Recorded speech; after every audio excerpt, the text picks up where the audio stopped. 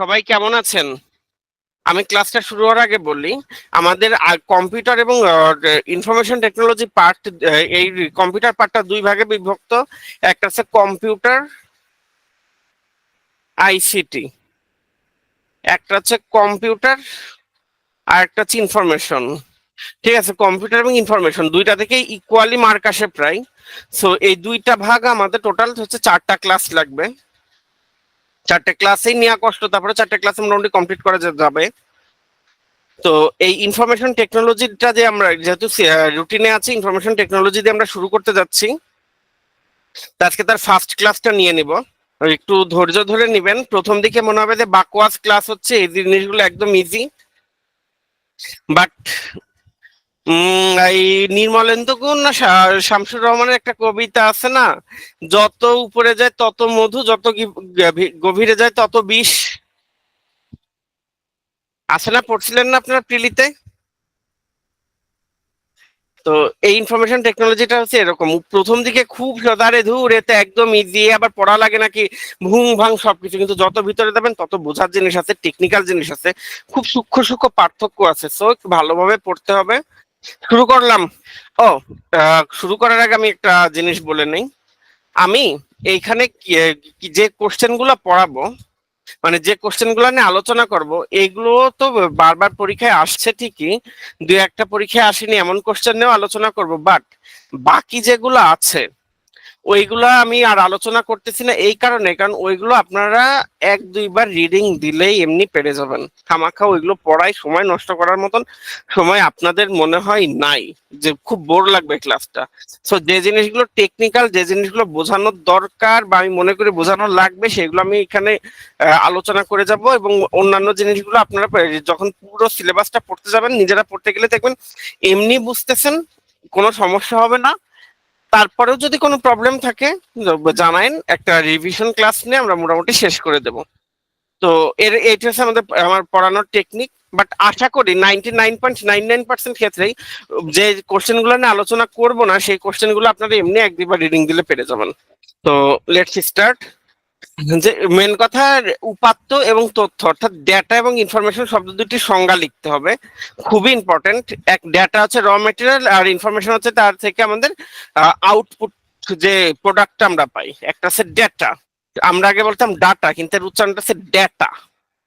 Data data হচ্ছে আপনার র মেটেরিয়াল, তার মানে আপনি বিভিন্ন রকম তথ্য এইখান থেকে ওইখান থেকে কালেক্ট করে আপনি এক জায়গা করতেছেন, এটা হচ্ছে আপনার ডেটা। যেমন এখানে বইতে বলেছে ডেটা ল্যাটিন শব্দ ডেটামের বহু বচন। ডেটাম অর্থ হচ্ছে তথ্যের উপাদান। তথ্যের অন্তর্ভুক্ত ক্ষুদ্রতম অংশ সমূহ হচ্ছে ডেটা বা উপাত্ত। মানে এটা হচ্ছে মেন সংজ্ঞা, যে তথ্যের তথ্যের অন্তর্ভুক্ত ক্ষুদ্রতর অংশ সমূহ হচ্ছে ডেটা বা উপাত্ত। তার মানে আপনার আর ইনফরমেশনের সংজ্ঞাটা দিয়ে তারপর আমি একটা সুন্দরভাবে বোঝানোর চেষ্টা করব। তথ্য মানে ইনফরমেশন বা তথ্য, তথ্য হচ্ছে সর্বপ্রকার ডেটা থেকে প্রক্রিয়াকরণের পর নির্দিষ্ট চাহিদা প্রেক্ষিতে সুশৃঙ্খল যে ফলাফল পাওয়া যায় তাকে বলা হয় ইনফরমেশন। অর্থাৎ ডেটা থেকে অর্থাৎ ডেটা থেকে প্রক্রিয়াকরণের পর নির্দিষ্ট চাহিদার প্রেক্ষিতে সুশৃঙ্খল যে ফলাফল পাওয়া যায় তাই হচ্ছে তথ্য। আমি একটা জাস্ট সিম্পল উদাহরণ দেই। যেমন আপনি 1000 ইট এনে রেখে দিলেন, তোমরা ধরো 1000 ইট এনে তোমরা রেখে দিলা, এই 1000 ইট হচ্ছে তোমাদের ডেটা, র মেটেরিয়াল, ক্ষুদ্র ক্ষুদ্র অংশ। বাট এই 1000 ইট যখন সুন্দরভাবে সুশৃঙ্খল ভাবে তুমি একটার পর একটা গেথে গেথে সাজাবা, সাজায় দেখা যাচ্ছে তোমার সিমেন্ট দিয়ে আটকায় আটকায় লিঙ্ক করে তুমি একটা ওয়াল তৈরি করে ফেললে, তোমার একটা প্রয়োজনীয় কাজ হয়ে গেল, সেই ওয়ালটা তৈরি হয়ে গেল। এই যে তুমি যে ওয়ালটা তৈরি করলে, এটা হচ্ছে তোমার তথ্য। তো ডেটা এবং তথ্য জিনিসটাকে আমরা বুঝতে পেরেছি। ধরো তোমার ইট এক পাশে রেখে দিলে এবং সেই ইট দিয়ে তুমি সুশৃঙ্খল ভাবে একটা ওয়াল তৈরি করলে, তো এই ইট গুলো হচ্ছে তোমার ডেটা, এবং ওই ওয়ালটা হচ্ছে তোমার ডেটা থেকে তৈরি তথ্য। যাক, সফটওয়্যার প্রেক্ষিতে ডেটা এবং ইনফরমেশন সম্পর্কে বর্ণনা করুন। সফটওয়্যার প্রেক্ষিতে ডেটা হচ্ছে সফটওয়্যারে প্রেরিত ইনপুট, সে সফটওয়্যার প্রসেসিং এর কাঁচামাল। ডেটা হচ্ছে সফটওয়্যার প্রসেসিং এর কাঁচামাল। আর ইনফো মানে হচ্ছে ইনফরমেশন হচ্ছে, তার মানে সফটওয়্যারে আমরা যে হচ্ছে কাঁচামাল দেই, একটা ইনফরমেশন পাওয়ার জন্য যে কাঁচামাল দেই, সেই কাঁচামালটা হচ্ছে ডেটা, এবং সেই ডেটাটা টোটাল সফটওয়্যারের মাধ্যমে প্রসেসিং হওয়ার পরে যে আউটপুটটা আমরা পাই সেটা হচ্ছে তোমার ইনফরমেশন। এটাই হচ্ছে তোমার সফটওয়্যারের প্রেক্ষিতে ডেটা এবং ইনফরমেশনের বর্ণনা বা সংজ্ঞা। এর একটা ফ্লো চার্ট তোমরা দিতে পারো, এই যে ডেটা, সফটওয়্যার প্রসেসিং, আউটপুট বা ইনফরমেশন। ঠিক আছে, সফটওয়্যার প্রেক্ষিতে ডেটা এবং ইনফরমেশনের এরকম ভাবে আমরা দেখতে পারি। ডেটা এবং ইনফরমেশনের পার্থক্য কি? Self study. এই ডেটা এবং ইনফরমেশনটা অনেক আলোচনা করছি এই জিনিসগুলো এখানে। তো এটা আমরা একটা বই থেকে দেখলে আমরা ডেটা এবং ইনফরমেশনের পার্থক্যটা খুব ভালোভাবে বুঝে যেতে পারবো বা নিজেরা পড়ে নিতে পারবো। তার থেকে আমি আর একটা কোশ্চেন তোমাদের পড়াবো, এটা এখানে মানে অ্যাড করা নেই, একটু দেখি। আচ্ছা, আরো একটা নিয়ে নিই। এটা হচ্ছে ডেটা কমিউনিকেশন বলতে কি বোঝায়, এর উপাদান কি কি? ডেটা কমিউনিকেশন কি, এর উপাদানগুলো কি কি, এবং ডেটা কমিউনিকেশনের প্রক্রিয়া বর্ণনা করা। ডেটা কমিউনিকেশন হচ্ছে ডেটা এক প্রান্ত থেকে অন্য প্রান্তে বা এক কম্পিউটার থেকে অন্য কম্পিউটারে কিংবা এক ডিভাইস থেকে অন্য ডিভাইসে স্থানান্তর করা। অর্থাৎ ডেটা কমিউনিকেশন হচ্ছে মেন কথা এক স্থান বা কম্পিউটার বা নেটওয়ার্ক থেকে থেকে অন্য স্থানকে ট্রান্সফার করা বা স্থানান্তর করা। ঠিক আছে, ডেটা কমিউনিকেশন হচ্ছে এই জিনিসটা, যে ডেটা এক জায়গা থেকে আরেক জায়গা, মানে সেটা কম্পিউটার হতে পারে, নেটওয়ার্ক হতে পারে, বা ডিভাইস হতে পারে, এনিথিং, সেখান থেকে আর একটা যথাক্রমে কম্পিউটার, স্থান, নেটওয়ার্ক, ডিভাইস এগুলোতে ট্রান্সফার বা স্থানান্তর করা হচ্ছে ডেটা কমিউনিকেশন। এর উপাদান হচ্ছে পাঁচটা। উপাদানগুলো হচ্ছে এই: এক, সোর্স। সোর্স কি কি করে, যেমন ক্যামেরা, মাইক্রোফোন, এগুলো থেকে তোমরা মোটামুটি সোর্স পাইতে পারো, মানে ডেটা কালেক্ট করতে পারো। তারপর ট্রান্সমিটার, ট্রান্সমিটারের মাধ্যমে, ট্রান্সমিটার হচ্ছে তোমার রাউটার, টিভি স্টেশন। যেমন তুমি একটা মোবাইল দিয়ে তুমি দেখা যাচ্ছে একটা ভিডিও করলা, সেটা কিন্তু তোমার টেলিভিশন স্টেশনের মাধ্যমে তুমি সারা পৃথিবীতে তুমি ছাড়াই দিতে পারতেছো সেই তোমার ভিডিও ধারণ কিন্তু ভিডিওটা, বা দেখা যাচ্ছে রাউটারের মাধ্যমে বা তুমি ইন্টারনেটের মাধ্যমে ছাড়াই দিতে পারতেছো। তারপর মিডিয়াম বা মাধ্যম। তারপরে হচ্ছে তিন নম্বর হচ্ছে মিডিয়াম। মিডিয়ামটা কি, মানে কি মাধ্যমে তুমি ছাড়াচ্ছ। এখন এখানে তোমার হচ্ছে ইউজ হইতে পারে তোমার টেলিফোন লাইনের মাধ্যমে, তুমি কথার মাধ্যমে ছাড়াইতে পারতেছো, বা তোমার টুইস্টেড পেয়ার কেবল বা তোমার সেই অপটিক্যাল ফাইবার কেবলের মাধ্যমে তুমি এটা পাঠিয়ে দিতে পারো, বা মাইক্রোওয়েভ রে এর মাধ্যমে তুমি ট্রান্সমিট করতে পারো। তারপরে রিসিভার, চার হচ্ছে রিসিভার। রিসিভার হচ্ছে যেমন তোমার রাউটার, মডেম, এই যে তুমি যে ট্রান্সফার করছো, ট্রান্সমিশন মাধ্যম মিডিয়ামের মাধ্যমে তুমি যে ডেটাটা ট্রান্সফার করছো, এটা তো তোমার ডিভাইস বা তোমার নেটওয়ার্ক সেটা রিসিভ করবে। সে রিসিভ করে কি দিয়ে, কোনো রাউটার বা কোনো মডেম দিয়ে ইয়ে করে। এবার ডেস্টিনেশন, পাঁচ হচ্ছে ডেস্টিনেশন। ডেস্টিনেশনের কাজ কি, এটার উদাহরণ দেখছো তুমি মোবাইল ফোন, সার্ভার, কম্পিউটার, এই যে এগুলোর মাধ্যমে তোমরা এগুলো দেখতে পারো। ঠিক আছে, তো এই হচ্ছে আমাদের মোটামুটি ডেটা কমিউনিকেশনের তোমার ডিভাইস গুলা বা উপাদান গুলা কি কি। এবার তুমি দেখো এইটা কিভাবে তোমার হচ্ছে ট্রান্সফার হয় এক জায়গা থেকে আরেক জায়গায়। ডেটা, ডেটা এটা হচ্ছে ইনপুট যাবে তোমার, আমি বাংলা ইংলিশ মিলাই লিখতেছি, ঠিক আছে। ইনপুট ট্রান্সমিটার, ইনপুট দেওয়া হলো এটা, সেটা তারপরে যাচ্ছে ট্রান্সমিটারের মাধ্যমে ট্রান্সফার হবে। তারপর তোমার রিসিভার, রিসিভার এন্ড লাস্টে আউটপুট ট্রান্সমিটার। আউটপুট ট্রান্সমিটার এর মাধ্যমে এটা, এই যে ট্রান্সমিটার মাধ্যমে তোমার ট্রান্সফার হচ্ছে, এখানে কি কি কাজে লাগতেছে, তোমার মিডিয়াম, মিডিয়াম কোন মিডিয়ায় তুমি পাঠাচ্ছ, এখানে তোমার কিছু নয়েজ থাকতে পারে, তুমি যে এই ডাটা ট্রান্সফারের সিস্টেমটা হচ্ছে, তোমার প্রথমে ডাটাটা থাকবে, তারপর তোমার একটা ইনপুট ট্রান্সমিটারের মাধ্যমে তোমার ইনপুট আসবে, তারপরে যে ট্রান্সমিটার ট্রান্সফার মিডিয়াম বা ট্রান্সমিটারটা থাকবে, সেই ট্রান্সমিটারের মাধ্যমে তোমার রিসিভারের কাছে চলে যাবে। এই রিসিভারের যাওয়ার জন্য তোমার এখানে তোমার হচ্ছে মিডিয়াম আছে, মিডিয়ামের কিছু নয়েজ টয়েজ থাকতে পারে বা কিছু ওভারল্যাপিং থাকতে পারে, এবং রিসিভারের পরে তোমার আউটপুট ট্রান্সমিটারের মাধ্যমে তুমি সেই ডাটাটা নিজের সামনে তুমি দেখতে পারবা। এই জিনিসটা কি তোমরা বুঝতে পারছো? এটা কিন্তু এর আগে কখনো পরীক্ষায় আসেনি, বাট এটা একটা আসার মতো জিনিস। জিনিসটা কি তোমাদের কাছে ক্লিয়ার? যাক, এরপরে আর একটা কোশ্চেন। এই এই কোশ্চেনটা একটু দেখে রাখো, আমি একটু ছক এঁকে তোমাদের দেখাই দেই। মানে কেন দিলাম না কি রে। আর একটা কোশ্চেন হচ্ছে, ওইটা তো এক পেজের মধ্যে হয়ে গেল। আর একটা কোশ্চেন হচ্ছে, বিভিন্ন প্রকার কমিউনিকেশনের মাধ্যম ছকের সাহায্যে দেখান। দেখাও বিভিন্ন প্রকার কমিউনিকেশনের মাধ্যম ছকের মাধ্যমে। এই যে আমরা যে কমিউনিকেশনের যে মিডিয়াম বা মাধ্যমের কথাটা বলেছিলাম, সেই জিনিসটা এখন আমরা দেখবো কি কি আছে। মাধ্যম, ছক, এটা হচ্ছে তোমার একটা তার, একটা হচ্ছে তারবিহীন। তার, এটা হচ্ছে তারবিহীন।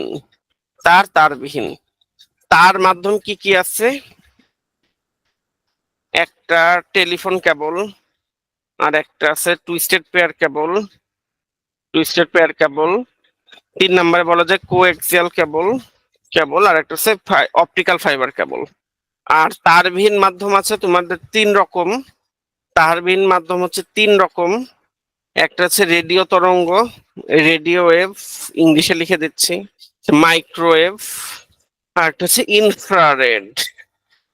ইনফ্রারেড মাইক্রোওয়েভ আবার 3 রকম আছে, ব্লুটুথ, ওয়াইফাই, আর একটা হচ্ছে ওয়াইম্যাক্স। ওয়াইম্যাক্স বানান ঠিক আছে নাকি আমার মনে নেই, যাই হোক। এসে বিভিন্ন রকম কমিউনিকেশনের মাধ্যম আর কি, মিডিয়াম যেগুলা, সেটা একটা ছক আকারে তোমাদের দেখাই দিলাম। এই প্রকার হচ্ছে তোমরা নিজেরা বুঝে যেতে পারবা।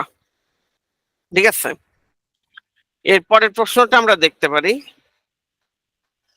ইনফরমেশন সিস্টেম কি? ইনফরমেশন সিস্টেম সুরক্ষায় প্রয়োজনীয় পদক্ষেপ কি কি নেওয়া যেতে পারে? দেখো, ইনফরমেশন সিস্টেমের আমরা ডেফিনেশন, হ্যাঁ হ্যাঁ, তোমার শোনো, এটা হচ্ছে আইসিটি সায়েন্সের টার্ম, তো তুমি সায়েন্সের অনেক টার্ম তুমি ডিরেক্ট ইংলিশে লিখে ফেলতে পারবা, কোনো সমস্যা নেই। তোমরা ইংলিশে লেখো, যদি কমফোর্ট ফিল করো ইংলিশে লেখো। এই জাস্ট টার্ম গুলা, আই থিঙ্ক এটাতে কখনো নাম্বার কাটবে না ইনশাল্লাহ। আমি নিজেও অনেকবার অনেকগুলো ইংলিশে লিখছি। আচ্ছা, যাই হোক, এবার আসি ইনফরমেশন সিস্টেম কি। ইনফরমেশন সিস্টেম সুরক্ষায় প্রয়োজনীয় পদক্ষেপ সংক্ষেপে বর্ণনা করুন। ভুংচুং একটা প্রশ্ন এটা। ইনফরমেশন সিস্টেম হচ্ছে এমন একটি সিস্টেম যেখানে প্রয়োজনীয় তথ্য উপাত্ত সুশৃঙ্খল নিয়মে কাজ করে, একটি সমন্বিত পদ্ধতিতে তথ্য সংগ্রহ করে, তারপর তাকে প্রক্রিয়াজাত করা হয়, ভবিষ্যতে ব্যবহারের জন্য সংরক্ষণ করা যায়, এবং ব্যবস্থাপকদের প্রয়োজন মতো সরবরাহ করা হয়। তার মানে ইনফরমেশন সিস্টেম হচ্ছে এমন একটা সিস্টেম যে সিস্টেমে তোমার তথ্য উপাত্তগুলো, মানে ইনফরমেশন গুলা তোমার এক জায়গা, ইনফরমেশন গুলো তৈরি করা হয়, এক জায়গা জড়ো করা হয়, সেগুলো ভবিষ্যতের জন্য সংরক্ষণ করা হয়, এবং প্রয়োজন অনুযায়ী সেখান থেকে ইনফরমেশন গুলো প্রোভাইড করা হয়। আর এই কাজগুলো করার জন্য থাকে তোমার প্রয়োজনীয় হার্ডওয়্যার, সফটওয়্যার এবং কমিউনিকেশন করার যন্ত্রপাতি বা network system. This is information system. এটা কিন্তু ভুংচুং, আসলে ভুংচুং, এখানে বোঝার কিছু নাই। বাট ইনফরমেশন সিস্টেম সুরক্ষায় প্রয়োজনীয় পদক্ষেপগুলো কি কি? অ্যান্টিভাইরাস দিতে হবে, অ্যান্টিভাইরাস দিয়ে সুরক্ষা করে রাখতে হবে, ওয়াইফাই নিরাপত্তা নিশ্চিত করতে হবে। তারপরে বলা যায় শক্তিশালী পাসওয়ার্ড দিতে হবে, ইউজার আইডি দিতে হবে, আমি আর লিখলাম না। শক্তিশালী পাসওয়ার্ড, ইউজার আইডি দিতে হবে। পাইরেটেড সফটওয়্যার ব্যবহার করা যাবে না। পাইরেটেড সফটওয়্যার বলতে যেগুলো হচ্ছে তোমার হচ্ছে যে অরিজিনাল সফটওয়্যার কিছু হচ্ছে, যেমন আমরা হচ্ছে যে ইয়ে দেই, এই কি বলে, উইন্ডোজ দেই, আমরা কিন্তু পাইরেটেড উইন্ডোজ ব্যবহার করি। সো এগুলো ব্যবহার না করে সব থেকে ভালো হয় তুমি যদি টাকা দিয়ে কিনে নাও আর কি, যদি অনেক টাকা লাগে, তো টাকা দিয়ে কিনে ব্যবহার করতে পারলে এগুলো হচ্ছে তোমার সেফ হয় ভালো। ফায়ারওয়াল ওয়াল প্রযুক্তি ব্যবহার করতে হবে, অযাচিত ইমেল বা কোনো লিঙ্কে ক্লিক করা যাবে না। যেমন অনেক তোমার হচ্ছে স্প্যাম মেসেজ আসে, স্প্যাম মেসেজের লিঙ্ক দেওয়া থাকে, ওই লিঙ্কে তোমার ক্লিক করলে দেখা যায় তোমার আইডি বা তোমার অনেক কিছু হ্যাক হয়ে যেতে পারে। তো এই টাইপের কাজগুলো করতে হবে, ঠিক আছে? আশা করি এখানে তোমাদের বোঝার কিছু নাই। আমি নেক্সটে মুভ করলাম। এবার আসো ডেটাবেস। ডেটাবেস কি? পরস্পর সম্পর্কযুক্ত এক বা একাধিক ফাইল বা টেবিল নিয়ে গঠিত হয় ডেটাবেস। কি? ফাইল বা টেবিল তো হয় ডেটাবেস। অর্থাৎ ডেটাবেস বলতে বিপুল পরিমাণ তথ্য মজুত করার ব্যবস্থাকেই বোঝায়। কোন একটি প্রতিষ্ঠানের সমস্ত ডেটা ওই প্রতিষ্ঠানের ডেটাবেসে সংরক্ষিত থাকে, ঠিক আছে? অর্থাৎ ডেটাবেস বলতে তোমার অনেক রকম ইনফরমেশন তোমার এক জায়গায় সংরক্ষণ করে রাখার সিস্টেমটাই হচ্ছে তোমার ডেটাবেস, ঠিক আছে? এখন ডেটাবেস হচ্ছে তোমার দুই রকমের, একটা হচ্ছে সাধারণ ডেটাবেস বেজ, আর একটা হচ্ছে তোমার রিলেশনাল ডেটাবেস। এটা আমি তোমার সংজ্ঞায় না যে তোমার জাস্ট একটা এক্সাম্পলের মাধ্যমে দেখাই। ধরো সাধারণ ডেটাবেজের একটা উদাহরণ, একটা রিলেশনাল ডেটাবেজের আমি উদাহরণ দেব। ধরো এই হচ্ছে তোমার একটা টেবিল, ঠিক আছে? একটা টেবিল, ধরো এখানে নেম, এখানে তোমার হচ্ছে সেকশন, জিপিএ দেয়া আছে। ধরো অর্ক, আমার নিজের নাম দিলাম অর্ক সেকশন, ধরো এ, জিপিএ ধরো আমি 5.00 পাইছি, কোনোদিন গোল্ডেন পাইনি, আগে স্বীকার করে নিলাম। আর একটা নাম ধরো দিলাম রাব্বি, ধরো সেও সেকশন এ, জিপিএ তার তার গোল্ডেন জিপিএ 5.00 দিলাম। দেখো এখানে কিন্তু একটা টেবিলের মধ্যেই তোমার আমার নামের সাথে আমার সেকশন এ এবং আমার জিপিএ বোঝা যাচ্ছে, আবার রাব্বি নামের সাথে সেকশন এ এবং জিপিএ দেখা যাচ্ছে। তার মানে এখানে এই সম্পর্কটা একটা টেবিলের মধ্যে সীমাবদ্ধ আছে, তাই না? এই টেবিলের সাথে কিন্তু আর কোনো টেবিলের কোনো সম্পর্ক নাই। ওকে, এবার তুমি দেখো, এইবার রিলেশনাল ডাটাবেজের ক্ষেত্রে দেখো দুইটা টেবিল আঁকবো, এই অর্ক আর রাব্বি নাম দিয়ে আঁকবো যেহেতু আমরা দুইজন খুব ভালো বন্ধু। আইডি বলতে তোমার ধরো রোল নাম্বার, রোলই দে, রোল ভালো হবে, রোল নাম্বার। নেম ধরো অর্ক, আমার নিজের নাম, আর একটা নাম রাব্বি। ধরো এই রোল নাম্বার ধরো এটা হচ্ছে 2472, র্যান্ডম, এটা ধরো 2509, 2472 2509। আমার জিপিএ 5.00, ওর জিপিও 5.00। এবার আর একটা টেবিল নেই, ঠিক আছে? রোল সেকশন, ধরো এটা এ না দে, এটা বি দে, সেকশন বি। আর এইটা ধরো অ্যাড্রেস। রোল এখানে তোমার দেয়া থাকলো 2472 2509, section A B, address XYZ P P Q R. এবার বলো তো এই দুটো টেবিলের মধ্যে কি একটা রিলেশন ক্রিয়েট হয়েছে না? এই রোল দিয়ে একটা রিলেশন ক্রিয়েট হয়েছে না? যে এই ধরো এই এই এই টেবিল আর এই টেবিল এখন মার্জ করা পসিবল না, যে তাহলে এই আইডির নাম কি, এই আইডির নাম কি, এর সেকশন কত, এর অ্যাড্রেস কত, এর জিপিএ কত, সব বের করা যাবে না? This is relational database. আমি আর সংজ্ঞায় গেলাম না। বলতো তোমরা কি বুঝতে পারছো নাকি ব্যাখ্যা করা লাগবে? সাধারণ ডাটাবেজে তোমার একটা টেবিলের মধ্যে সীমাবদ্ধ থাকে, এটা না আই থিঙ্ক সবারই বোঝার কথা, কমনটা দিয়ে করা যাবে। অর্থাৎ তোমার দুইটা টেবিলের মধ্যে বিশেষ কোনো একটা বিষয় দিয়ে তোমার ইয়ে করা থাকবে,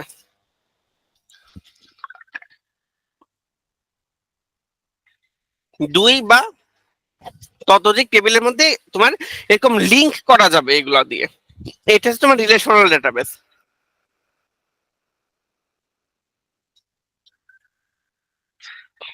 দেখো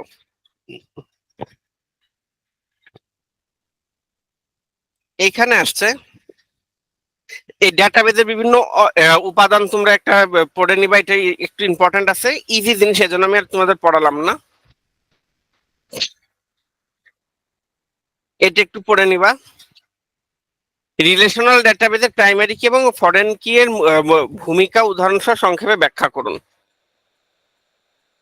প্রাইমারি কি এবং ফরেন কি?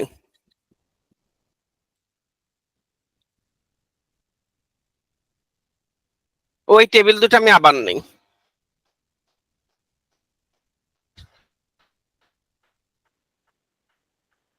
আবার আমি ছক আঁকি।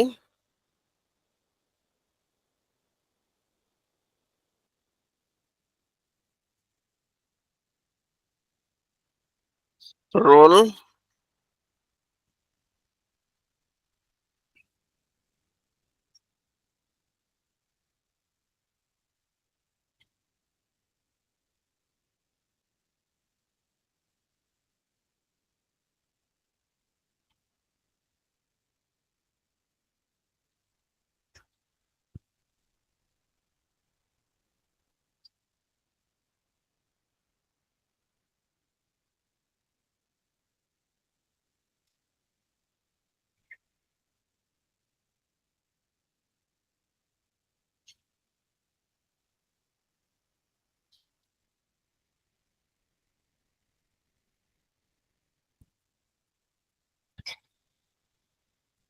দেখো, আমরা তো রিলেশনাল ডাটাবেস বুঝছি।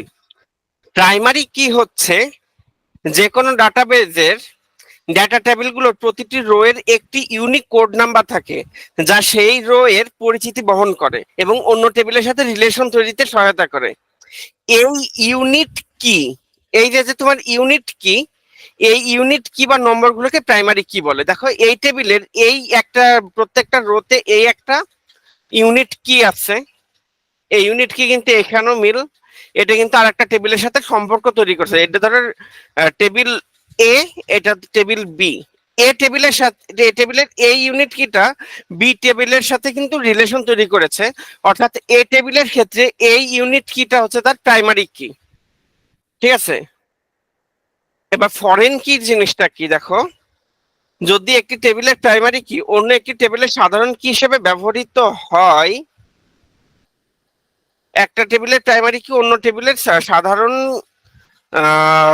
এটির সাধারণ কি হিসেবে ব্যবহৃত হয়, তাহলে প্রথম টেবিলের প্রাইমারি কি কে দ্বিতীয় টেবিলের ফরেন কি বলে। অর্থাৎ তোমার টেবিল এর এই প্রাইমারি কিটা টেবিল বির এটা ফরেন কি হয়েছে। এটি সাধারণত রিলেশনাল ডাটাবেজের ক্ষেত্রে ফরেন কি এর সাহায্যে একটি টেবিলের সাথে আরেকটি টেবিলের সম্পর্ক স্থাপন করা হয়। This is as simple as that. এটা হচ্ছে প্রাইমারি কি। এই প্রাইমারি কির এই এই কোড নাম্বারটা এই আর একটা টেবিলে তোমার একটা সাধারণ কি হিসেবে ইউজ হয়েছে, তাহলে এটা হচ্ছে আমার এই টেবিলের ফরেন কি। বোঝা গেল? বুঝছো তো এটা? প্রাইমারি কি এবং ফরেন কি জিনিসটা কি? না বোঝার আসলে কিছু নেই। ফরেন কি এবং প্রাইমারি কি পার্থক্যটা নিজেরা পড়ে নিও।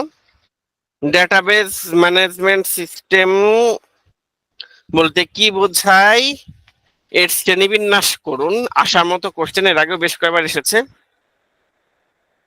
ডেটাবেস ম্যানেজমেন্ট সিস্টেম বা ডিবিএমএস হলো এমন একটি সফটওয়্যার যা ডেটাবেস তৈরি, পরিবর্তন, সংরক্ষণ, নিয়ন্ত্রণ এবং পরিচালনার কাজে ব্যবহৃত হয়। যেমন আমি আরেকবার বলতে পারি, ডেটাবেস ম্যানেজমেন্ট সিস্টেম DBMS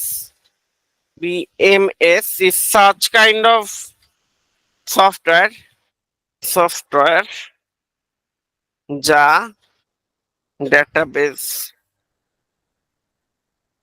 তৈরি, পরিবর্তন, সংরক্ষণ, নিয়ন্ত্রণ ও পরিচালনা করে থাকে। ঠিক আছে।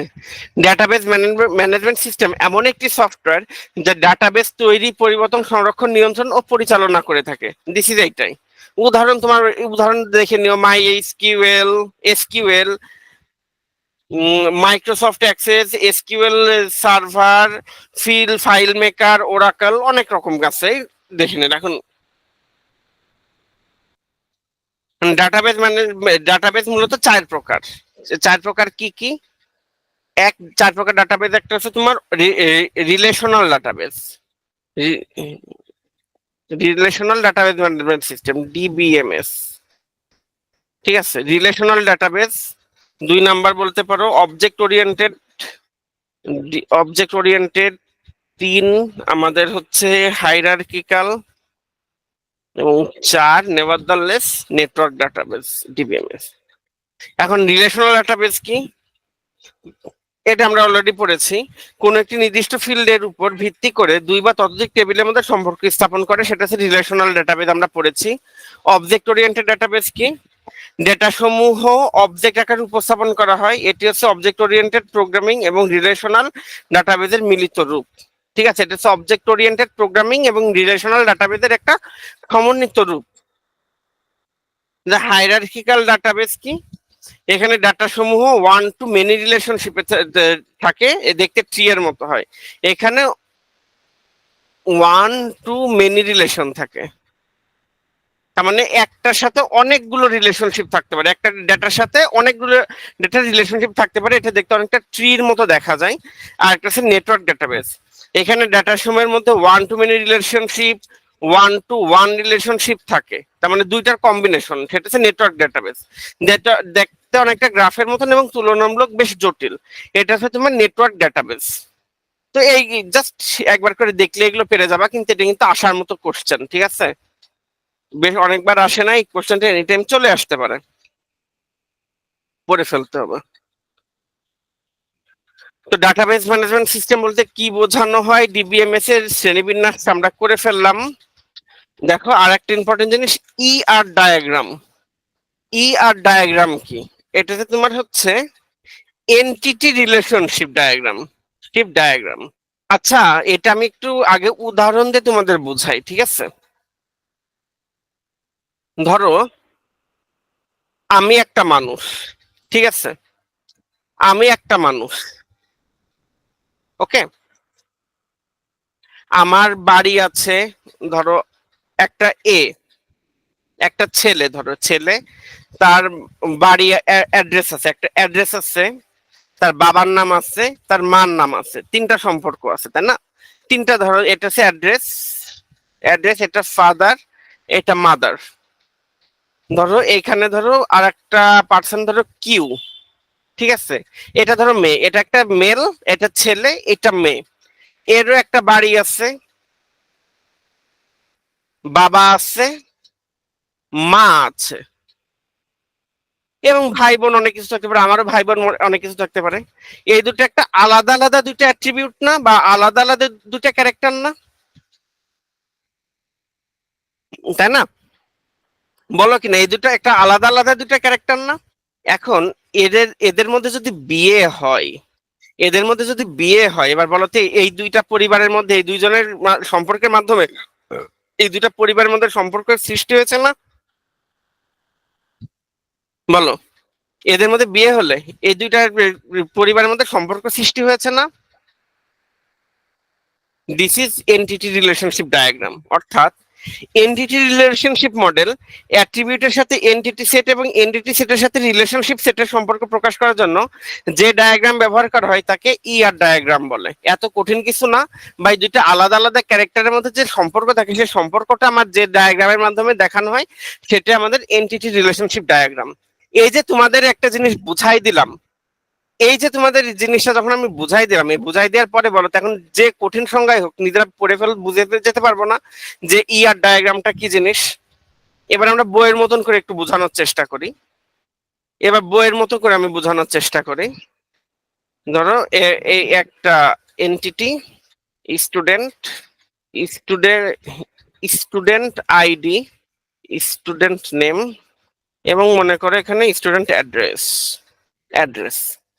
এবারে এটা একটা কলেজ, কলেজ, একটা college ID, ID, college name. স্টুডেন্টের সাথে কলেজের রিলেশনটা কিরকম হচ্ছে? স্টাডি করে, স্টুডেন্টটা এর মধ্যে স্টাডি করে।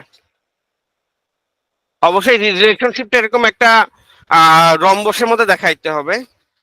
এই যে তুমি যে একটা পিকচারের মাধ্যমে তাদের সম্পর্কটা তুমি দেখাই দিলা, this is called entity relationship diagram. আর কি ফার্দার ব্যাখ্যা করার দরকার আছে বলো তো? এনটিটি রিলেশনশিপ ডায়াগ্রাম জিনিসটা কি আমরা বুঝতে পারলাম? যাক, this is entity relationship diagram. SQL কি বলে? Structured query language, structured query language. ঠিক আছে, স্ট্রাকচার্ড কিউরি ল্যাঙ্গুয়েজ কি? এটা একটা এক প্রকার ল্যাঙ্গুয়েজ, সাধারণত আমরা একে এসকিউএল একটি তথ্য ভান্ডারের সঙ্গে যোগাযোগ করতে করতে ব্যবহার করা হয়, অর্থাৎ যে কোনো একটা তথ্য ভান্ডার বা ডেটাবেজের মধ্যে যোগাযোগ করতে ব্যবহার করা হয়। ডেটাবেজের বেশিরভাগ কাজ এসকিউএল স্টেটমেন্টের দ্বারা করা হয়। তার মানে ডেটাবেস কিন্তু তৈরি করা হয় এই এসকিউএল দিয়ে, মানে স্ট্রাকচারড কিউরি ল্যাঙ্গুয়েজ দিয়ে ডেটাবেস তৈরি করা হয়। এই জন্য একটু স্পেশাল। আনসি, আনসি এর মধ্যে একটি রিলেশনাল ডেটাবেস ম্যানেজমেন্ট সিস্টেমের জন্য আদর্শ ভাষা, অর্থাৎ তোমার আমেরিকান ন্যাশনাল স্ট্যান্ডার্ড ইনস্টিটিউটের মতে এসকিউএল হচ্ছে একটা রিলেশনশিপ ডেটাবেস তৈরি করার জন্য আদর্শ একটা ভাষা বা আদর্শ একটা ল্যাঙ্গুয়েজ। এ দ্বারা কি করা হয়? নতুন ডেটাবেস তৈরি, নতুন ডেটাবেস তৈরি, নতুন টেবিল তৈরি, কিউরি করা, চার ডেটাবেস থেকে ডেটা তুলে আনা যায়, ডেটাবেসে নতুন রেকর্ড ঢুকানো যায়, রেকর্ড আপডেট করা যায়, বিভিন্ন রকম ডেটাবেস আপডেট করা যায়, এসব অনেক কিছু আছে। এই এই হচ্ছে তোমার এসকিউএল এর কাজ, দিয়ে কি কি করা যায়।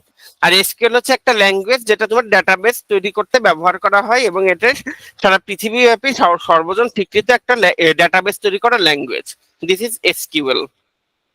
এগুলো নিজেরা বুঝতে পারবা, মাল্টিমিডিয়া লাগবে না। মাল্টিমিডিয়া পড়ে নিও, যেমন মাল্টিমিডিয়ার আমি কোশ্চেন মার্ক করে দিচ্ছি। এইটা আছে মাল্টিমিডিয়া, তো আমরা বুঝি মোবাইল, টেলিভিশন, এগুলো সবই মাল্টিমিডিয়া। এই কোশ্চেনটা প্রিভিয়াসলি আসছে, এছাড়া কোনোদিন আর কখনো আসেনি। বা মাল্টিমিডিয়া কি, এটা কত প্রকার, কি কি মাল্টিমিডিয়ার সাথে সংশ্লিষ্ট প্রযুক্তির নাম কি কি, এই এই সমস্যা নেই। এই তোমরা এগুলো, আমাদের জেনারেশন খুবই অ্যাক্টিভ এই জিনিসগুলো নিয়ে। আরো তো তোমার জেন জি, তোমরা সব জেন জি জেনারেশন, তো এই জিনিস পড়ায় সময় নষ্ট করার কোনো মানে হয় না। আমরা এখন সব থেকে টাফ জায়গায় চলে যাব, যেটা বোঝার সব থেকে ইম্পর্টেন্ট জায়গা। অনেক টাইম লাগবে এই পার্টটা করতে। কম্পিউটার নেটওয়ার্ক কাকে বলে, এর প্রকারভেদ লিখুন। ঠিক আছে, কম্পিউটার নেটওয়ার্ক। কম্পিউটার নেটওয়ার্ক হলো এমন এক ধরনের ব্যবস্থা যেখানে একাধিক কম্পিউটার যুক্ত করে ডেটা আদান প্রদান করা হয়। কম্পিউটার প্রযুক্তির সর্বাধুনিক বিকাশ হচ্ছে বিশ্বব্যাপী কম্পিউটার নেটওয়ার্ক প্রসারিত করা। মানে নেটওয়ার্ক হচ্ছে তোমার একাধিক কম্পিউটারের মধ্যে সংযোগ স্থাপন করা হচ্ছে কম্পিউটার নেটওয়ার্ক। এর প্রকারভেদ আমরা কিভাবে লিখতে পারি? প্রকারভেদটা হচ্ছে কম্পিউটার নেটওয়ার্ককে আমরা হচ্ছে তিনটা ক্রাইটেরিয়া আমরা ভাগ করতে পারি। একটা হচ্ছে তোমার মালিকানা অনুসারে, আর একটা বলতে পারি তোমার নিয়ন্ত্রণ কাঠামো অনুসারে, এবং তৃতীয়টা আমরা বলতে পারি ভৌগোলিক বিস্তৃতি অনুসারে। মালিকানা অনুসারে প্রাইভেট পাবলিক, মালিকানা অনুসারে দুই রকম, প্রাইভেট পাবলিক। নিয়ন্ত্রণ কাঠামো অনুসারে সেন্ট্রালাইজড এবং ডিসেন্ট্রালাইজ, আর একটা হচ্ছে ডিস্ট্রিবিউটেড। নিয়ন্ত্রণ কাঠামো অনুসারে একটা সেন্ট্রালাইজড নেটওয়ার্ক, আর একটা তোমার ডিস্ট্রিবিউটেড নেটওয়ার্ক। আর ভৌগোলিক বিস্তৃত অনুসারে, this is important, most important, LAN PAN personal area network, LAN local area network, man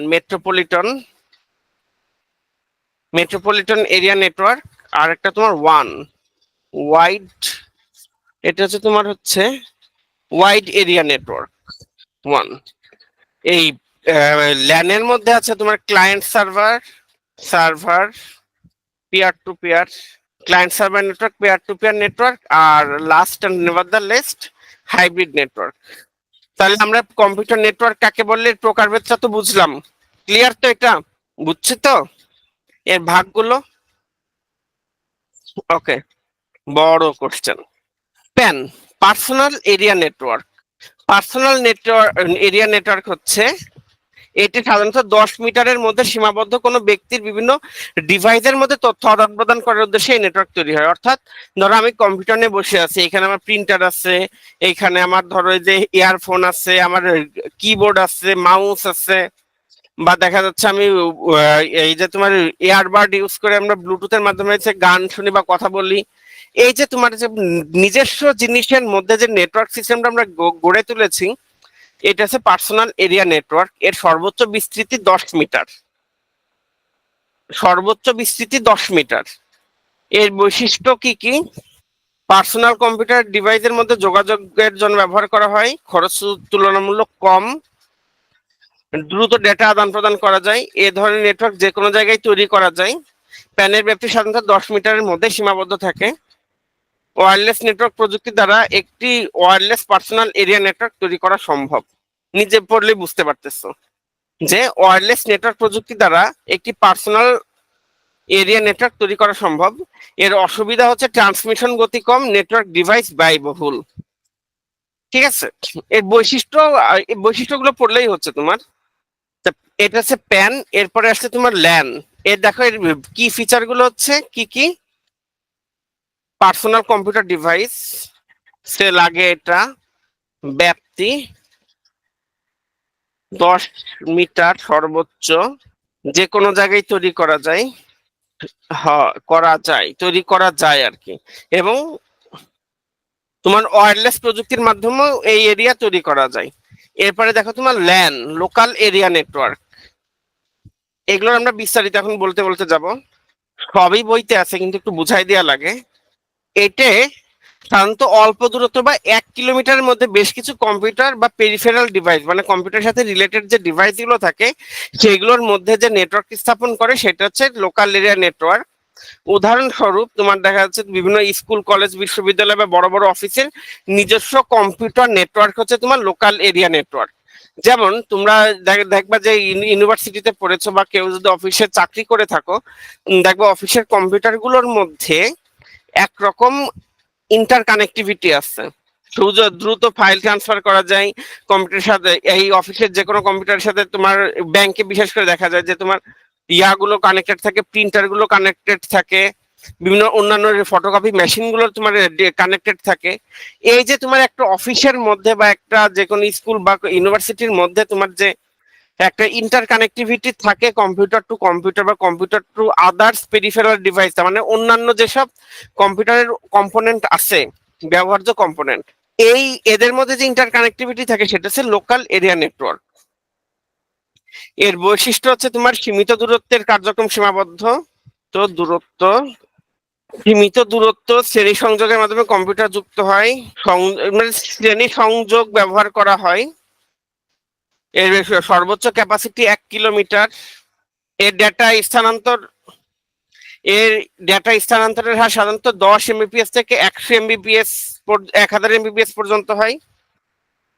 10 MBPS থেকে 1000 MBPS পর্যন্ত হয়ে থাকে।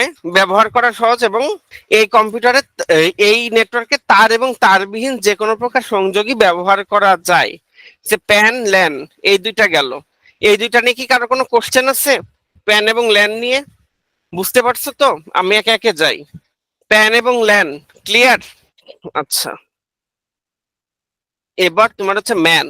ম্যান হচ্ছে metropolitan area network. Metropolitan area network হচ্ছে একই শহরের বিভিন্ন স্থানে অবস্থিত কম্পিউটার সমূহের বিভিন্ন ডিভাইস ও ল্যান গুলোর সংযোগ যে নেটওয়ার্ক দ্বারা গঠিত হয় তাকে ম্যান বলে। উদাহরণ হচ্ছে তোমার এই যে টিভি কেবল, ডিশের ব্যবসা, যেটা ডিশের মাধ্যমে একটা এলাকায় বা একটা শহরের মধ্যে সব জায়গায় প্রত্যেকটা টেলিভিশনের সাথে ইন্টার কানেক্টিভিটি তৈরি করা হয় না, যে সব জায়গায় একই রকম চ্যানেল প্রোভাইড করা হয়, একই রকম অনুষ্ঠান প্রোভাইড করা হয়, বা তাদের নিজস্ব সার্ভার চ্যানেল থাকলে একই রকম অনুষ্ঠান তারা দেখতে পারে টেলিভিশনে। এটা হচ্ছে তোমার মেট্রোপলিটন এরিয়া নেটওয়ার্ক, যে একই এলাকার বিভিন্ন রকম কম্পিউটার পেরিফেরাস, টেলিভিশনও কিন্তু একরকম কম্পিউটার, এটা তো তোমরা জানো। এই যে এই পেরিফেরির মধ্যে যে কাজগুলো হয় বা একটা টোটাল একটা এলাকা, বড় একটা এলাকার মধ্যে যে তোমার হচ্ছে নেটওয়ার্ক ব্যবস্থা গড়ে ওঠে, একটা কম্পিউটার থেকে আরেকটা কম্পিউটারের যে কানেক্টিভিটি বেড়ে ওঠে, সেটা হচ্ছে তোমার মেট্রোপলিটন এরিয়া নেটওয়ার্ক। এর রেঞ্জ হয় 10 থেকে 30 কিলোমিটার, 10 থেকে 30 কিলোমিটারের মধ্যে। ল্যানের চেয়ে গতি দ্রুত থেকে দ্রুত গতি খরচ তুলনামূলক কম, বেশি পরিমাণ তথ্য আদান প্রদান করা যায়, ম্যানের মালিকানা কোনো অর্গানাইজেশনের হয়ে থাকে, কানা কোনো অর্গানাইজেশনের হয়ে থাকে। ঠিক আছে, ম্যানের মালিকানা কোনো একটা অর্গানাইজেশনের হয়ে থাকে। এরপরে আসো আমাদের, সরি, এইখানে তোমার হচ্ছে ওয়ান, তো wide area network. Wide area নেটওয়ার্কের সব থেকে বড় উদাহরণ হচ্ছে তোমার ইন্টারনেট। ইন্টারনেট, মোবাইল নেটওয়ার্ক, এগুলো হচ্ছে তোমার ওয়াইড এরিয়া নেটওয়ার্ক। এটার আমি আর ব্যাখ্যা করলাম না। এটা সারা পৃথিবী ব্যাপী বিশাল এলাকা জুড়ে, ভৌগোলিক এক স্থান থেকে এক অন্য স্থানে অনেক দূর পর্যন্ত এইগুলো তোমার ইয়ে থাকে, তোমার এই ওয়াইড এরিয়া নেটওয়ার্ক তোমার ব্যাপ্তি থাকে। এর বৈশিষ্ট্যগুলো তোমরা নিজেরা পড়ে নিও। ক্লায়েন্ট সার্ভার নেটওয়ার্ক কি, এর প্রয়োজনীয়তা কি? দেখো, ক্লায়েন্ট সার্ভার নেটওয়ার্ক হচ্ছে যখন এক বা একাধিক কম্পিউটার পুরো একটা এলাকা ধরে, ধরো এখানে একটা সেন্ট্রাল কম্পিউটার আছে, এর সেই কম্পিউটারের সাথে অনেকগুলো কম্পিউটার এরকম ভাবে ইন্টার কানেক্টেড আছে। ঠিক আছে, ধরো এটা তোমার হচ্ছে একটা সেন্ট্রাল কম্পিউটার, এখানে অনেক রকম ইনফরমেশন তোমার হচ্ছে গ্যাদার করা আছে। ঠিক আছে, অনেকগুলো ইনফরমেশন গ্যাদার করা আছে। এই এই এই সেন্ট্রাল কম্পিউটারটাকে বলা হয় তোমার client computer, sorry server computer. এবং সার্ভার কম্পিউটারের সাথে তোমার অন্যান্য যেসব কম্পিউটার গুলো ধরো 1 2 2 3 4 5 6, 6টা কম্পিউটার ধরো একটা কম্পিউটারের সাথে ইন্টারকানেক্টেড আছে। এই যে তোমার এই কম্পিউটার গুলো তাদের প্রয়োজন অনুযায়ী সেন্ট্রাল কম্পিউটার থেকে তোমার তথ্য উপাত্ত কালেক্ট করতেছে, যার যেটা প্রয়োজন হচ্ছে সে সেরকম তথ্য উপাত্ত কালেক্ট করে নিজেদের মতন কাজ করতেছে।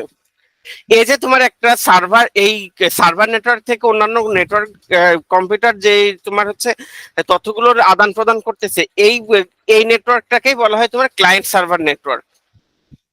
বোঝা গেল? বুঝতে পারছো? ক্লায়েন্ট ইয়া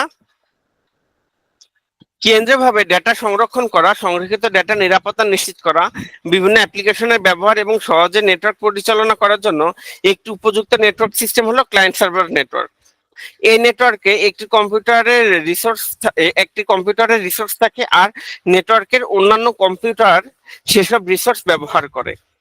এই নেটওয়ার্ক ব্যবস্থায় মূলত দুই ধরনের কম্পিউটার থাকে, সার্ভার এবং ক্লায়েন্ট। সার্ভারের রিসোর্স থাকে আর ক্লায়েন্ট সেই রিসোর্স ব্যবহার করে। এ হচ্ছে এই নেটওয়ার্কের প্রয়োজনীয়তা। আশা করি এটা বুঝতে আর কারো কোনো বাধা নেই বা কোনো সমস্যা নেই। ক্লায়েন্ট সার্ভার নেটওয়ার্ক খুব ইম্পর্টেন্ট। আচ্ছা, যে ক্লায়েন্ট সার্ভার নেটওয়ার্ক বললাম, এবার পেয়ার টু পেয়ার নেটওয়ার্ক বলি। পেয়ার টু পেয়ার নেটওয়ার্ক কি? পেয়ার টু পেয়ার নেটওয়ার্ক প্রত্যেকটি ইউজার তাদের নিজেদের মধ্যে রিসোর্স শেয়ার করতে পারে। তুমি একটা জিনিস দেখো, ক্লায়েন্ট সার্ভার নেটওয়ার্কে ভালোভাবে বোঝো, এই 6 নাম্বার কম্পিউটারটা কিন্তু চাইলেই 1 নাম্বার কম্পিউটারকে তথ্য দিতে পারতেছে না, বা 1 নাম্বার কম্পিউটার থেকে তথ্য নিতে পারতেছে না। আবার 1 নাম্বার কম্পিউটার চাইলে 3 নাম্বার কম্পিউটার থেকে কিন্তু তথ্য আদান প্রদান করতে পারতেছে না। সে এই প্রথমে সার্ভারে জমা দিবে, বা এবং সার্ভার থেকে এই 3 নাম্বার নিতে পারবে। আবার এই সার্ভারের মাধ্যমে তারা ইন্টারকানেক্টেড থাকে। But peer to peer network হলে তোমার এই এই কোনো ক্লায়েন্ট, সরি, কোনো সার্ভার কম্পিউটার থাকবে না, তারা নিজেদের মধ্যে নিজেরা তথ্য আদান প্রদান করবে। ধরো এই 6 নাম্বার 1 কে দিল, 1 2 কে দিল, 6 3 কে দিল, 6 আবার 5 কে দিল, 4 2 কে দিল। এরকম ভাবে যে নেটওয়ার্কটা গড়ে ওঠে সেটা হচ্ছে তোমার পিয়ার টু পিয়ার নেটওয়ার্ক। তো পিয়ার টু পিয়ার আর ক্লায়েন্ট সার্ভার জিনিসটাকে আমরা বুঝতে পেরেছি, পিয়ার টু পিয়ার নেটওয়ার্কটাকে আমরা বুঝতে পেরেছি। এখন আর একটা আছে তোমার হাইব্রিড নেটওয়ার্ক। এই ক্লায়েন্ট সার্ভার এবং পিয়ার টু পিয়ার মিলাই যে নেটওয়ার্ক তৈরি হবে সেটা হচ্ছে তোমার হাইব্রিড নেটওয়ার্ক। ঠিক আছে, ধরো এইখানে যদি তোমার প্রত্যেকটা কম্পিউটারের সাথে আবার ইন্ডিভিজুয়াল কানেক্টিভিটি সৃষ্টি করা যায়, এটা তো ক্লায়েন্ট সার্ভার আছে। এর সাথে যদি আবার প্রত্যেকটা নেটওয়ার্কের সাথে কম্পিউটারের সাথে ইন্ডিভিজুয়াল কানেক্টিভিটি ক্রিয়েট করতে পারি, তাহলে সেটা হয়ে যাবে তোমার একেবারে হাইব্রিড নেটওয়ার্ক। ল্যানের বিভিন্ন রকম ট্রপোলজির বর্ণনা করুন। আচ্ছা, এই জিনিসটা বেশ বড়, শুরু করি আমরা। এবং অত্যন্ত ইম্পর্টেন্ট, এবং এটা কিন্তু প্রচুর পরীক্ষা আসে, মানে আসার তালেই থাকে যাকে বলে। ল্যানের বিভিন্ন প্রকার টপোলজি বর্ণনা করি। ল্যানের টপোলজি আছে bus topology, bus topology bus topology আছে, তারপরে তোমার আছে তোমার রিং টপোলজি, তারপরে আছে তোমার স্টার টপোলজি। স্টার টপোলজি, তারপরে আছে তোমার tree topology, tree topology, 5 hybrid topology, জি, এবং last and nevertheless mesh topology. আমরা একটা একটা করে ব্যাখ্যা করতে থাকি। বাস টপোলজি কি? যে টপোলজিতে একটি মূল তারের সাথে সব কয়টি ওয়ার্ক স্টেশন বা কম্পিউটার যুক্ত থাকে তাকে বাস টপোলজি বলে। ধরো বাস টপোলজিটা হচ্ছে তোমার এই একটা ধরো মূল তার, এই আছে মূল তার। বাস টপোলজির এইখানে একটা নেটওয়ার্ক কম্পিউটার, এইখানে একটা নেটওয়ার্ক কম্পিউটার, এইখানে একটা কম্পিউটার, এইখানে কম্পিউটার, এইখানে কম্পিউটার, মানে মূল তারের সাথে তোমার প্রত্যেকটা ওয়ার্ক স্টেশন কানেক্টেড থাকবে। এটা হচ্ছে তোমার বাস টপোলজি। বাস টপোলজির প্রধান কেবলটিকে বলা হয় ব্যাকবোন। এই যে এই প্রধান কেবলটা হচ্ছে তোমার ব্যাকবোন, এর সাথে তোমার অন্যান্য ওয়ার্ক স্টেশন বা কম্পিউটার গুলো তোমার এভাবে কানেক্টেড থাকবে। আমি কিন্তু এই যে এই গোল্লা গোল্লা দিয়ে তোমার কম্পিউটার বা ওয়ার্ক স্টেশন বোঝাচ্ছি। This is bus topology. এরপর আসো রিং টপোলজি। এই রিং টপোলজিতে প্রতিটা কম্পিউটার তার পার্শ্ববর্তী কম্পিউটারের সাথে সংযুক্ত থাকে। এই ব্যবস্থায় কোনো কম্পিউটারের ডেটা পাঠালে তা বৃত্তাকার পথে কম্পিউটারগুলোর মধ্যে ঘুরতে থাকে যতক্ষণ না নির্দিষ্ট কম্পিউটারে ডেটা গ্রহণ করে। এই ব্যবস্থায় কোনো কেন্দ্রীয় কম্পিউটার থাকে না। অর্থাৎ রিং টপোলজি হচ্ছে এরকম। এই ধরো তোমার এরকম 6টা যে 5টা কম্পিউটার দিলাম, এদের মধ্যে হচ্ছে এরকম ইন্টার কানেক্টিভিটি থাকে। ঠিক আছে? অর্থাৎ এটা ধরো 1 2 3 4 5, এই এক যদি তোমার 4কে কোনো তথ্য পাঠাইতে চায়, তাহলে 1 থেকে 2, 2 থেকে 3, 3 থেকে 4 এরকম ভাবে ঘুরতে থাকবে তথ্যটা। এই তথ্যটা ততক্ষণ পর্যন্ত ঘুরতে থাকবে যতক্ষণ না পর্যন্ত তোমার এই 1 থেকে 4, অর্থাৎ সেন্ডার কম্পিউটার থেকে রিসিভার কম্পিউটার পর্যন্ত তথ্যটা না পৌঁছাবে। সেটা হচ্ছে তোমার এই টপোলজিটা হচ্ছে তোমার রিং টপোলজি। ঠিক আছে? এরপরে স্টার টপোলজি। স্টার টপোলজি হচ্ছে যে টপোলজি একটি কেন্দ্রীয় নিয়ন্ত্রণকারী কম্পিউটার বা হোস্ট কম্পিউটারের সাথে অন্য কম্পিউটার যুক্ত করে নেটওয়ার্ক গড়ে তোলে তাকে স্টার টপোলজি বলে। এই সংগঠনের কোনো একটি কম্পিউটার নষ্ট হয়ে গেলে বাকি নেটওয়ার্কে তার প্রভাব পড়ে না। এই যে দেখো রিং টপোলজিতে কিন্তু তোমার একটা কম্পিউটার নষ্ট হয়ে গেলে কিন্তু টোটাল এই টপোলজিটাই ফেল করবে। বাট স্টার টপোলজিতে একটা তোমার হোস্ট কম্পিউটার থাকবে এবং এই হোস্ট কম্পিউটারের সাথে তোমার আদার্স কম্পিউটার গুলো এরকম ইন্টারকানেক্টেড থাকবে। This is star topology. ধরো এটা হচ্ছে হোস্ট কম্পিউটার, এটা 1 2 3 4 5, অনেকটা তোমার ক্লায়েন্ট সার্ভার নেটওয়ার্কের মতন তোমার এই স্টার টপোলজিটা। ঠিক আছে? এইখানে তোমার যদি এই ধরো 5 নাম্বার কম্পিউটারটা যদি তোমার নষ্ট হয়ে যায়, তাহলে বাকি 4টে ওয়ার্ক স্টেশনে কিন্তু কোনো প্রভাব ফেলবে না। এইটা যদি তোমার নষ্ট হয়ে যায় তাহলে কিন্তু বাকিগুলো সচল থাকবে। বাট এই রিং টপোলজিতে তোমার যদি একটা কম্পিউটার ধরো 3 নাম্বার কম্পিউটার নষ্ট হয়ে যায়, তাহলে পুরো রিং টপোলজিটাই কলাপস করবে। এই 3টা টপোলজি বুঝতে কারো কোনো প্রবলেম আছে? বোর লাগতেছে নাকি ক্লাসটা? যদিও একটু কঠিন এগুলো, খুব ঠান্ডা মাথায় মনে রাখা লাগে বা বোঝা লাগে। মাথাটা আমার নিজেরই এসব বুঝাই বুঝাই বলতে গেলে, বুঝাই বুঝাই বলতে যে ভাই আমার নিজেরই মাথা গরম হয়ে যাচ্ছে, তোমাদের কি বলবো। বাট একটু পড়লে আমি যেরকম ভাবে একটু সহজভাবে বুঝাই দেওয়ার চেষ্টা করতেছি, আশা করি তোমরা যদি নিজেরাই একটু পড়ো তোমাদের কাছে জিনিসগুলো ইজি হয়ে যাবে। ঠিক আছে? এরপর আসে ট্রি টপোলজি। ট্রি টপোলজি হচ্ছে যে টপোলজিতে কম্পিউটার গুলো পরস্পরের সাথে গাছের শাখা প্রশাখার মতো বিন্যস্ত থাকে তাকে ট্রি টপোলজি বলে। এই টপোলজিতে এক বা একাধিক স্তরের কম্পিউটারের হোস্ট কম্পিউটারের সাথে যুক্ত থাকে। যেমন ট্রি টপোলজিটা ধরো এই একটা কম্পিউটার, এ থেকে 2টা লেস বেরোয় এরকম ভাবে কম্পিউটার আসছে। এর প্রত্যেকটার সাথে ধরো এটার সাথে ধরো 3টা কম্পিউটার আছে, এটার সাথে ধরো 2টা কম্পিউটার আছে। এই যে যে তোমার যে একটা নেটওয়ার্ক তৈরি হয়েছে এটা হচ্ছে তোমার ট্রি টপোলজি। ঠিক আছে? ধরো এটা হোস্ট কম্পিউটার, এর সাথে 2টা ক্লায়েন্ট কম্পিউটার আছে। এই ক্লায়েন্ট কম্পিউটার গুলো এক একটা হোস্ট কম্পিউটার হয়ে গেছে, তার সাথে আবার আলাদা আলাদা ক্লায়েন্ট কম্পিউটার আছে। তো এটা হচ্ছে তোমার ট্রি টপোলজি। এবার আসো হাইব্রিড টপোলজি।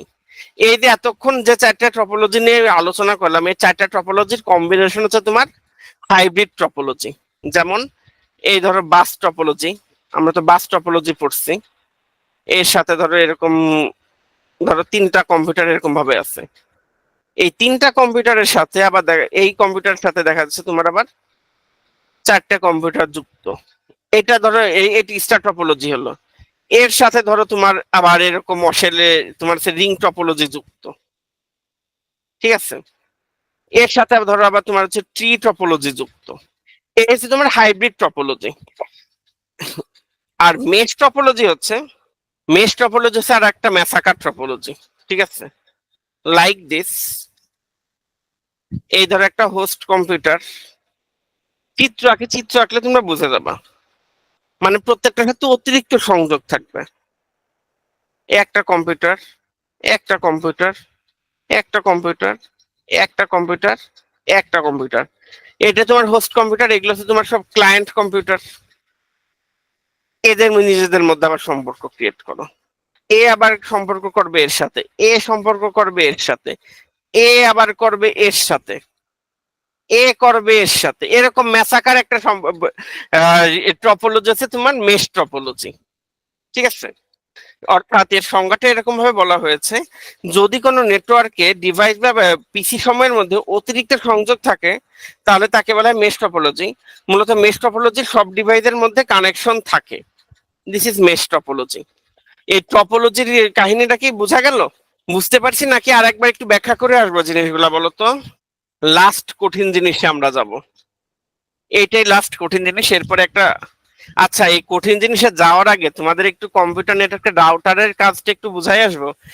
এই কম্পিউটার নেটওয়ার্কের রাউটারের কাজ কি, এর অপারেশনাল ডায়াগ্রাম আসছিল 40-এ প্রথম। এবং honestly that was really an unexpected question.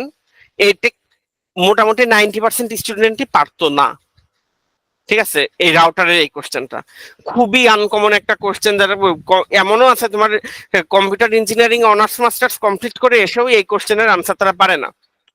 কারণ আমার বন্ধু রাব্বি, সে তো পরীক্ষার খাতা ছেড়ে আসা মানুষ না।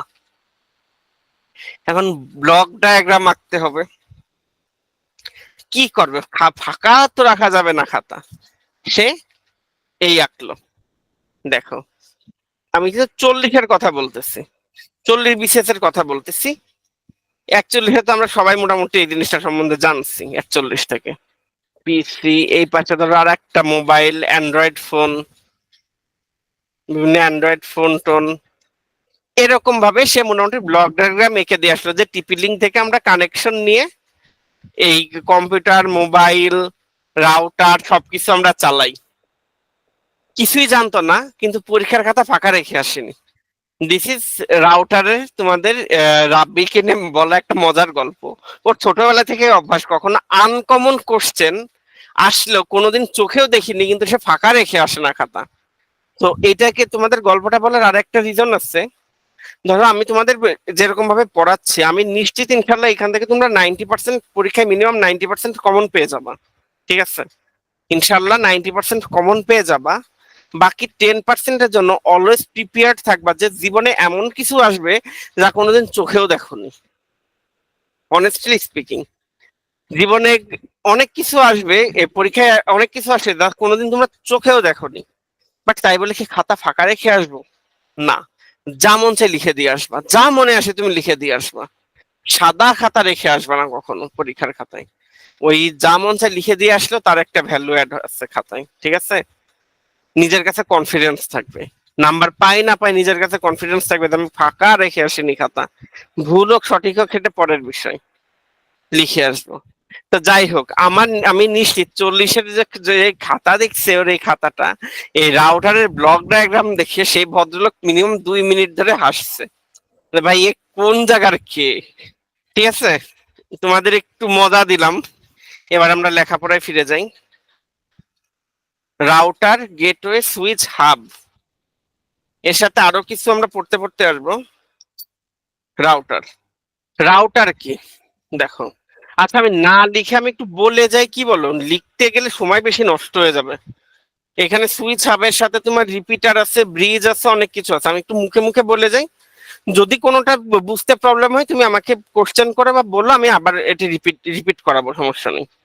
রাউটার, রাউটার একটি এমন একটা ডিভাইস যা তোমার এই ইন্টারনেটওয়ার্ক মানে ইন্টারনেটওয়ার্ক মানে কিন্তু ইন্টারনেট না, মানে ইন্টারনেটওয়ার্ক মানে মানে হচ্ছে একই নেটওয়ার্কের মধ্যে, ইন্টারনেটওয়ার্ক বলতে হচ্ছে একই নেটওয়ার্কের মধ্যে কানেক্টিভিটি ডিভাইস বা লজিক্যাল এবং ফিজিক্যাল অ্যাড্রেস ব্যবহার করে দুই বা ততোধিক নেটওয়ার্ক সেগমেন্টের মধ্যে ডেটা আদান প্রদান করে। অর্থাৎ ধরো একই নেটওয়ার্কের মধ্যে আছে তোমার বিভিন্ন কম্পিউটার, মোবাইল, হাবিজাবি অনেক কিছু আছে, এদের তোমার লজিক্যাল বা ফিজিক্যাল অ্যাড্রেস ব্যবহার করে তোমার একটা কম্পিউটার থেকে এক বা একাধিক কম্পিউটারে তোমার তথ্য আদান প্রদান করার যে সিস্টেম, সেটা হচ্ছে তোমার রাউটার। রাউটার উৎস কম্পিউটার থেকে গন্তব্য কম্পিউটারের ডেটা প্যাকেট আকারে পৌঁছে দেয়। তার মানে এই একটা কম্পিউটার, ধরো এই একটা ল্যাপটপ থেকে ডেটা, এই ধরো আর একটা ল্যাপটপ, এই ডাটা এখান থেকে এই ল্যাপটপে তোমার প্যাকেট আকারে রাউটার কি করবে, ডেটা স্থানান্তর করবে। এর রাউটার বিভিন্ন ধরনের নেটওয়ার্ক যেমন ইথারনেট, টোকেন, রিং ইত্যাদি সংযুক্ত করতে পারে।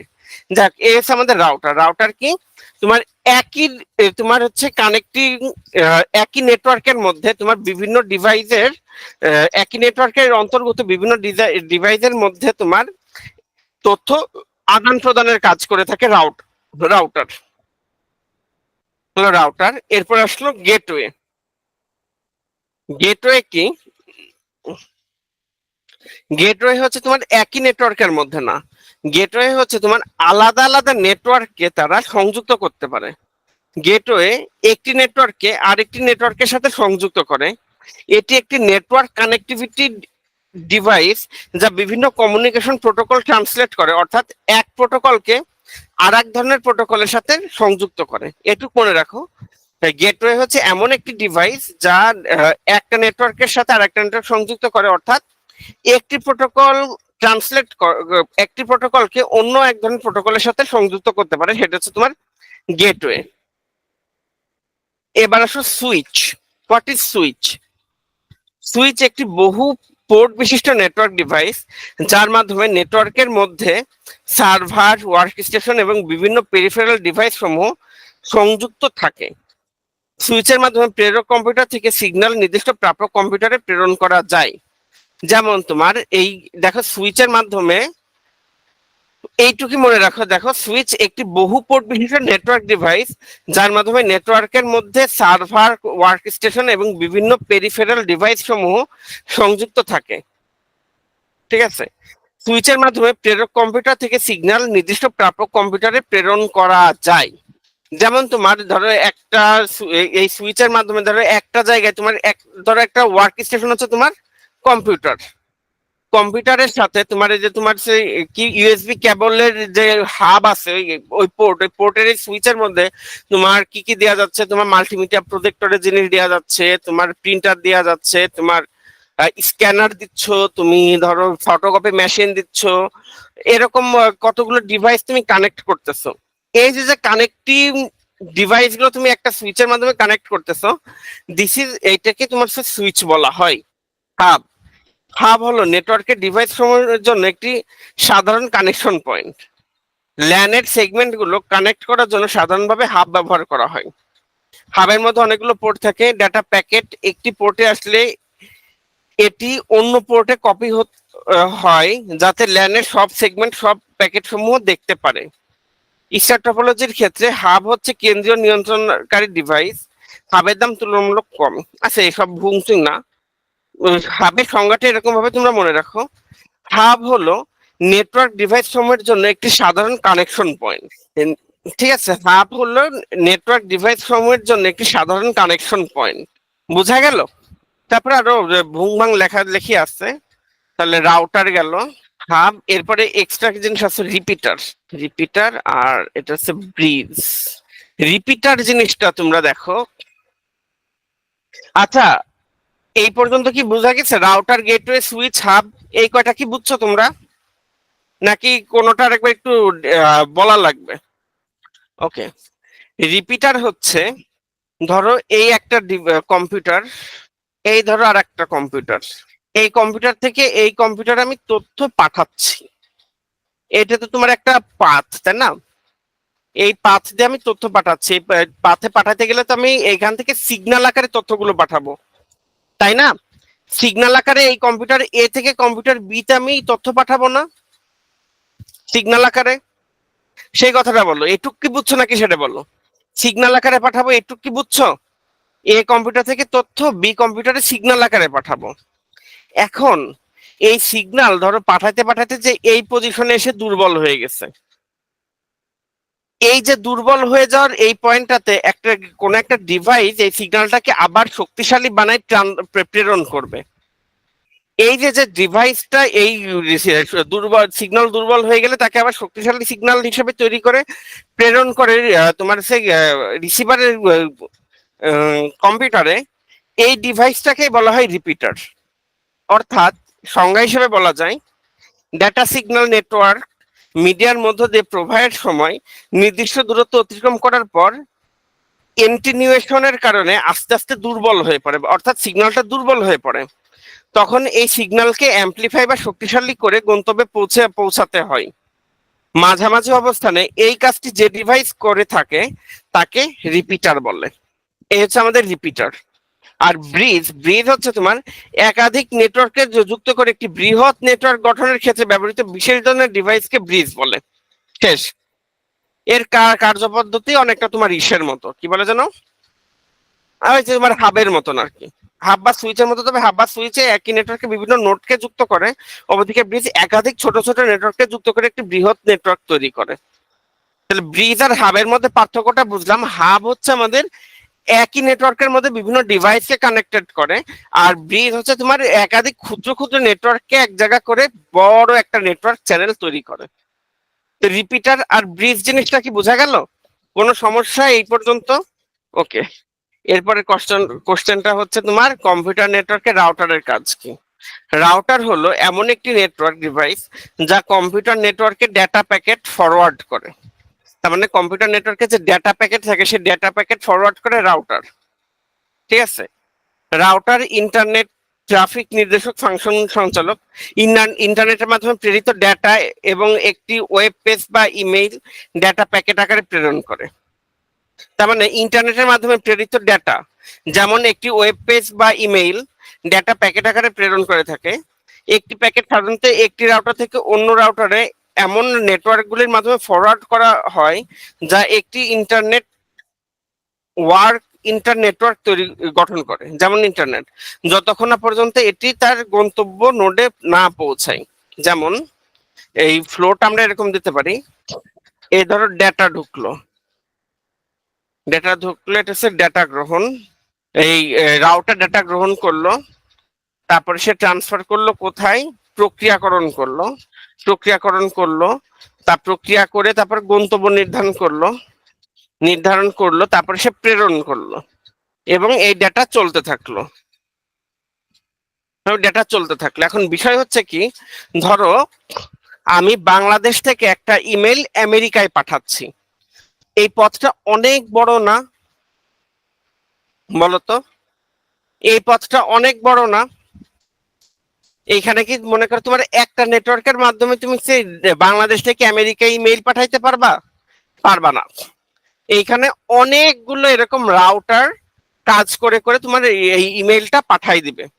সেক্ষেত্রে হবে কি, একটা রাউটার এই ডেটা গ্রহণ করতেছে, একটা রাউটার হচ্ছে এই ডেটা গ্রহণ করবে, তারপর প্রক্রিয়া করবে, তারপর গন্তব্য নির্ধারণ করে সে ডেটা প্রেরণ করবে। প্রেরণ করার পরে সেই ডাটাটা ধরো আর একটা রাউটার গ্রহণ করতেছে, ঠিক আছে? সেই রাউটারটা ঠিক একই প্রসেসে এটা এই এই কাজগুলো করে আর একটা রাউটারে দিচ্ছে। এরকম দিতে দিতে দিতে দিতে তোমার গন্তব্য কম্পিউটারে তোমার এই ইমেলটা পৌঁছায় যাবে। দিস ইজ হচ্ছে রাউটারের অপারেশনাল ডায়াগ্রাম। এটা হচ্ছে তোমার রাউটারের কাজ। ধরো একই নেটওয়ার্কের মধ্যে হলে তো আমি বুঝলাম, যে এক কম্পিউটার থেকে আরেকটা কম্পিউটারে দ্রুত আমি পাঠাই দিচ্ছি বা এই রাউটারের মাধ্যমে পাঠাই দিচ্ছি। কিন্তু যদি তোমার অনেকগুলো নেটওয়ার্কের মাধ্যমে তোমার এই কাজটা করা লাগে, তাহলে তো তোমার কিছুটা বেশি কাজ করা লাগবেই। এরকম অনেকগুলো রাউটারের মাধ্যমে তারপরে তোমার নির্দিষ্ট কম্পিউটারে বা নির্দিষ্ট ডিভাইসে তোমার এই তথ্যটা প্রেরণ করা সম্ভব হয়। রাউটারের এই এই জিনিসটা নিয়ে কি তোমাদের কোনো কোশ্চেন আছে বা ডাউট আছে? তা নাহলে আমরা লাস্ট কোশ্চেনে চলে যাবো আজকের। ওকে, ও দুইটা নেটওয়ার্ক আছে। ট্রান্সমিশন, কম্পিউটার নেটওয়ার্কের ট্রান্সমিশন মিডিয়ার প্রধান কাজ কি? ট্রান্সমিশন মিডিয়ার প্রধান কাজ হচ্ছে তোমার এই ডেটা বা তথ্যগুলো তোমার এক জায়গা থেকে আরেক জায়গা যে মিডিয়ার মাধ্যমে তোমার ট্রান্সফার হয় সেটা হচ্ছে ট্রান্সমিশন মিডিয়া। কম্পিউটার বা অন্য ডিভাইসের মাধ্যমে ডেটা আদান প্রদানের ক্ষেত্রে সিগন্যাল ব্যবহার করা হয়, অর্থাৎ সিগন্যাল ডেটাকে উপস্থাপন করে। এই সিগন্যালকে এক ডিভাইস থেকে অন্য ডিভাইসে পাঠানো ট্রান্সমিশন মিডিয়ার প্রধান কাজ। যখন কেউ যোগাযোগ করে বা করতেছে তখন কোনো না কোনো ট্রান্সমিশন মাধ্যমে সাহায্য নিতে হয়, এটা হচ্ছে ট্রান্সমিশন মিডিয়ার কাজ। তার মানে তুমি যখন তথ্য প্রেরণ করবা, যে মাধ্যমে তথ্যটা প্রেরিত হবে সেই মাধ্যমটা হচ্ছে তোমার ট্রান্সমিশন মিডিয়া। এইটা প্রধানত দুই প্রকার, একটা হচ্ছে তার মাধ্যম, একটা তারবিহীন মাধ্যম। অলরেডি আমরা এটা মানে বলেছি। এক তার মাধ্যম, তার মাধ্যমে কি কি আছে? এক কোএক্সিয়াল কেবল, আল কেবল। দুই টুইস্টেড পেয়ার কেবল। তিন অপটিক্যাল ফাইবার। আর একটা হচ্ছে তোমার তারবিহীন মাধ্যম। তারবিহীন মাধ্যম আছে তোমার radio wave, microwave, infrared, already আলোচনা করা হয়ে গেছে এটা। এর মধ্যে আছে ব্লুটুথ, ওয়াইফাই, ওয়াইম্যাক্স, এইগুলো আছে, এটা আর আমি আলোচনা না করলাম। প্যাকেট সুইচ এবং সার্কিট সুইচের উদাহরণ দিন। প্যাকেট সুইচ হচ্ছে এই যে তুমি যে ডেটা বা তথ্যটা তুমি আদান প্রদান করবা, এই ডেটা বা তথ্যটা তুমি যদি ছোট ছোট প্যাকেট আকারে তুমি ট্রান্সফার করো, তাহলে সেই সিস্টেমটা হচ্ছে প্যাকেট সুইচ। অর্থাৎ প্যাকেট সুইচ হলো প্যাকেট আকারে নেটওয়ার্কে ডেটা স্থানান্তর করার একটি পদ্ধতি। নেটওয়ার্কে দ্রুত এবং দক্ষতার সাথে ফাইল স্থানান্তর করার জন্য এবং ট্রান্সমিশন লেটেন্সি কমানোর জন্য ডেটা পরিবর্তনশীল দৈর্ঘ্যের ছোট ছোট টুকরোগুলোতে বিভক্ত হয়, যাকে প্যাকেট বলে। এই একই ফাইলের অন্তর্গত এই সমস্ত ছোট অংশগুলি গন্তব্যে পুনরায় একত্রিত হয়। অর্থাৎ তুমি একটা ধরো তথ্য, এই তথ্যটা ধরো তোমার এরকম বড় একটা তথ্য, এইটাই তোমার প্যাকেট সুইচ সিস্টেমে এরকম ছোট ছোট ছোট ছোট অংশে ভাগ হবে। ঠিক আছে, ছোট ছোট ছোট ছোট অংশে ভাগ হয়ে তোমার এক কম্পিউটার থেকে আর এক কম্পিউটারে ট্রান্সফার হবে। এই ধরো এই কম্পিউটার থেকে থেকে এই কম্পিউটারে তোমার যাবে। ঠিক আছে, যাওয়ার জন্য এইখানকার ডেটাটা এরকম ছোট ছোট টুকরায় ভাগ হলো, ছোট ছোট টুকরায় ভাগ হয়ে এই কম্পিউটার থেকে এই কম্পিউটারে যখন যাবে, তখন এই কম্পিউটার আবার এই ছোট ছোট টুকরাগুলোকে জোড়া লাগায় টোটাল ইনফরমেশনটা পেয়ে যাবে। এটা হচ্ছে তোমার প্যাকেট সুইচের কাজ।